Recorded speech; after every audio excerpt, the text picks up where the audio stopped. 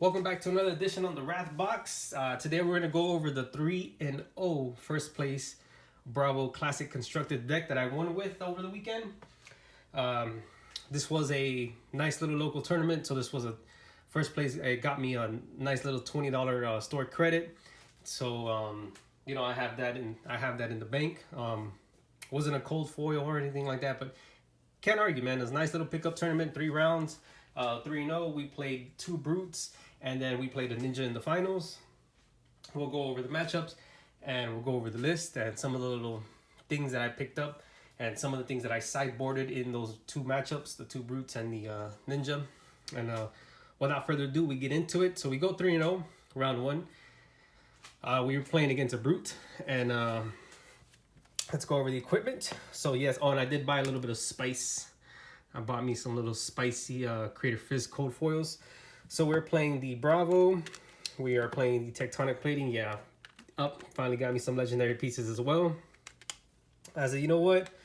I need to step up the game and get some of these bigger pieces, man. Because some of these games are just getting too close. Even though I didn't have those, I was using some of the more generic stuff, and I could have used it because I did build the first time. I built it with Heart and Cross Strap and Goliath Gauntlet, which in a sense would have probably still worked, but Tectonic Plating I think is a must in a Bravo deck.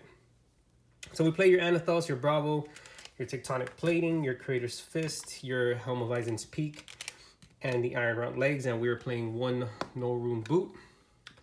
That is the lineup. Now, fortunately for me, there was a wizard playing in the tournament. He did win round 1, so I was afraid to get matched up in round 2 because I did not bring a full set of No Room because I'm using all the full 80 cards in the deck. So this is the only equipment I had. Fortunately for me, he got paired up with someone else in round 2, and then he lost to that ninja that I beat in the final. So thankfully for that ninja, because if not, I would have probably got destroyed in the finals with not enough No Room. So this is the equipment lineup. Let's get into the list. So round 1, let's get into the list as well as round 1. We played against a brute. I really do favor the brute matchup against the guardian. I think guardian just plays a very, very good brute. Like the matchup for the guardian is very good.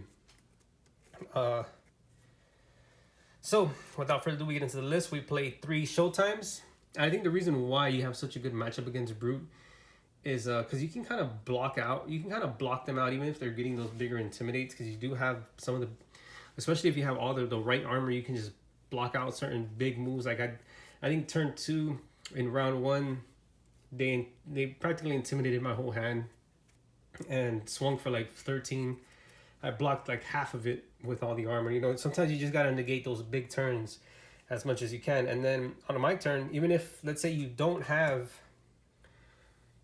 certain cards, you can always just pitch the 2 blues with the Tectonic Plating. So you go Tectonic Plating, and you pitch the second blue, and you swing for 6. And if you're gonna go swing for swing against a brute, more than likely they're gonna use Romping Club, which is swinging for 4. So you're already ahead 2 points, and you're blocking out. So it's kind of like a grind out game with them, and that's kind of how I played it for the most part up until I got to the end after pitching all of this stuff and getting set up with just crazy crippling crushes, which we'll get into. So yeah, round 1 we go up against a brute, and it kind of was the game plan. Game 1, I was like, you know what, I'm just gonna grind it out, do my blocks. If I'm able to get these hands in to swing for bigger moves, then that'd be the case. If not, I'm just gonna go ahead and just Anathos my way through the win. And that's kind of how round 1 went for me, was just grind out, block out most of their stuff after intimidate, and then with the other cards in my hand, just pitch them out for Anathos and swing for 6. And so we play your 3 blue disables.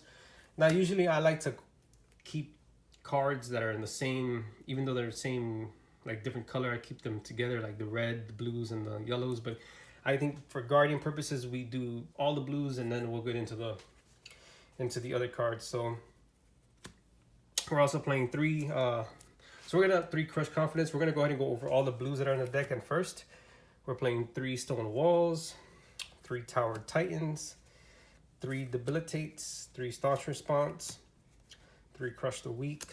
That's a very straightforward list. This is a very straightforward list. And then, so yeah, that was round 1. grind out, block out, swing Anathos. Now round 2 was kind of the same game plan, but my beginning hands were so strong. I actually started off very, very strong. I got the Dominate, Crippling Crush. Second hand, Dominate, Crippling Crush. So I hit it like twice in a row, which just really put me so far ahead. And then I started getting actually greedy in my round 2 against this brute, because I was so far ahead. I think at one point I was like 30 something HP and they were down to like, I don't know, 12 or 13. So I had a big lead. So I started getting very aggressive. I was like, I just want to close this game out already. And I actually started just taking hits to give big hits, but I was getting blocked out. I realized now I was actually getting blocked out, and I almost lost that game because there was a time where, yeah, it was maybe around 13, 15 to like 30 something, but like I said, I was getting greedy. So I was trying to just finish the game. My opponent was just blocking me and then swinging back at me for big hands, and I was just taking it because I just wanted to swing back hard and just try to finish the game. So it was like I would take a big hit, dish out a big hit, it would get blocked, and then I would just take another big hit because the way that she was, it was a female, she was able to like hit the Blood Rush Bellow, so she was blocking me out, hitting Blood Rush Bellow for 2 cards, so just refreshing her hand and then just giving back me a big hit, which then I would get greedy, take it, and try to finish it. So it actually got very close. She was almost able to come back. The game actually finished. I was able to win the game with maybe like 6 HP left, so she did almost come back. And I did take a big risk in that game because I ran into the hand where I was able to play out the Towering Titan, which gives you a +8. If you're able to play it, so you pitch your 3 blues and you play your Towering Titan for +8. So at this point I had like, I think around 16 to 18 HP. And I played out my whole hand. I was like, man, I hope this doesn't get me killed. And sure enough, she did bring me down to 6. So she hit me for about 10 to 12, brought me down to 6. Thankfully, I was able to live. And then I pulled my last Crippling Crush for 19. Was not dominated, but she couldn't block out. She only had like 4 HP left, so she couldn't block enough to not get killed. So we do play 1 blue Slogism. We'll put that down here because we're gonna get into the reds now. So we play 3 red crippling crushes, 3 red Blessing of Deliverances. Now we go into round 3. We're playing against a ninja at this point, and now the ninja matchup, because every time I would play a ninja, if you guys didn't see my classic constructed ninja video, you guys would have known that I got my teeth pushed in every time I played against the Guardian, so I kind of knew how the matchup goes. So if you guys don't know, ninja matchup is very, very favored, I believe, in the Guardian matchup. Even if you're playing the control, I still think it favors the Guardian, because it just goes back to the Guardian can just block you out and then swing for 6, and then the ninja just kind of you kind of have to have those big hands for ninjas, so you almost kind of have to just take the 6, or then the Guardian is just gonna block you out and just rinse and repeat. So I kind of knew that matchup, so I'd block out, swing for 6, get a good decent hand, negate their combos, and then just swing for a big Crippling Crush. That was the game plan. So a very simple game plan: block out, wait for my big hands, use my armor to block, and then just swing for a big Crippling Crush. Or in this case, you'll see the sideboard in a second, but it was also Spinal Crush. So we played 3 red Sigils, 3 red Sink Below. I'm going to start crunching some of these because we're about to run out of playmat space. 3 red Fate for Scene. And 1 Remembrance along with the blue Slogism here. So that is the deck list, and we sideboard. Now I know that probably people actually include the Spinal Crush, but I actually sideboard the Spinal Crush. So we're going to put these like this so you guys can see sideboard. So I sideboard the Spinal Crushes. I sideboard the Disables, the 3 red Disables, and I sideboard 3 red Crush Confidence. So these 9 cards are sideboard.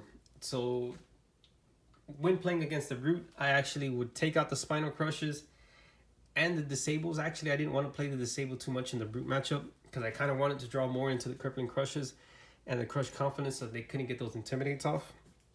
So I actually did not play these in the matchup. I actually didn't play this one in round 1, but in round 2 I put the disables back in there.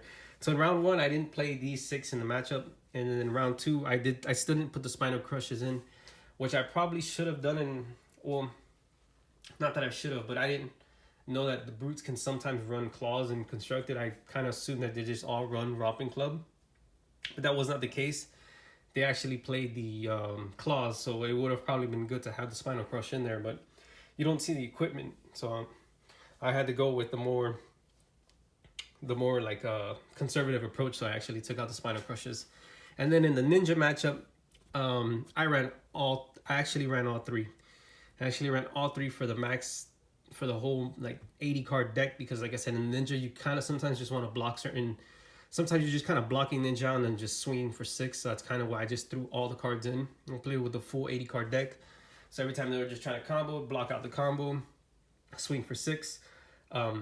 If I was able to hit, a good hand, block out with my armor with what I could, and then block if I had to with certain cards in hand. But the ninja matchup went very smooth. I actually won that very smoothly because I did hit the Blessing of Deliverances very early. So I went up like, I think at one point I had like 51 HP.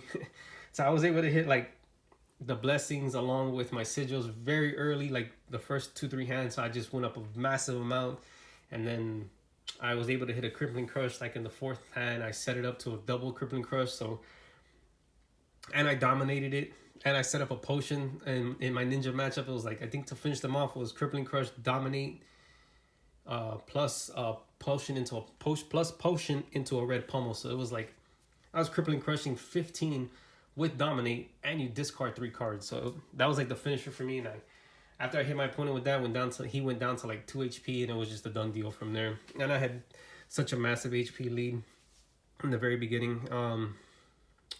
Yeah, this like I said, very straightforward list. 2 brutes, 1 ninja. Fortunately for me, I didn't get matched up with that wizard because I probably would have lost that. Only ran 1 no room piece. Now, thinking about it, I may have to give a little bit more respect to the wizard because you just don't know sometimes what you're gonna play in tournament. So I would try to figure if I'm gonna continue to play the guardian, I would try to fit in somewhere 2 more null room pieces somewhere. But like, since we've won with the guardian and with the new monarch coming out, I may get into a new class. You win with the class, you kind of want to move on to the next one. I love the game in general, man. I didn't think I'd be playing all these different classes. I thought I would just stick with one, but I just enjoy playing the game. No matter what class it is, I enjoy it. I play it, I learn it. You love it, you win with it. Unfortunately, it wasn't a cold foil this time, but $20 store credit, you still can't beat that, Maybe I should have got some packs. Should have got some packs for the win and see what we pull, but we'll do that next time. So nonetheless, guys, I hope you guys enjoyed it. I said 3-0. This is the 3-0 list that I ran. I would put in some righteous cleansing, and if you can get some righteous cleansing, I would probably take out the crush confidence for those righteous cleansings, and I would actually probably take out the red disables for what's that other one?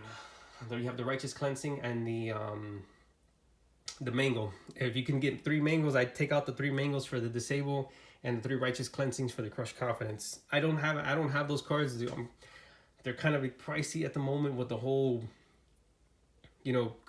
Crucible War just spiking up like crazy, and I didn't get a chance to get my sets before they went up in price. So I don't have them at the moment, but I would I would switch out those 6 cards if you have them for these 3 sets here. And if you have the Stamp Authority, I would also play the Stamp Authority, and I'd probably switch out maybe the Buckling Blow or the Choke Slam. If I kind of like the Buckling Blow if you're going to play the Mango. So you'd probably take out either Choke Slam or the Cartilage Crush if you're going to play the Stamp Authority, which I think is a very good card. Can shut down some stuff if played correctly. But all in all, this is the deck list. Let me know if you guys use it. If you guys would change some cards out. If you guys win or lose with it, let me know how you did. And thank you.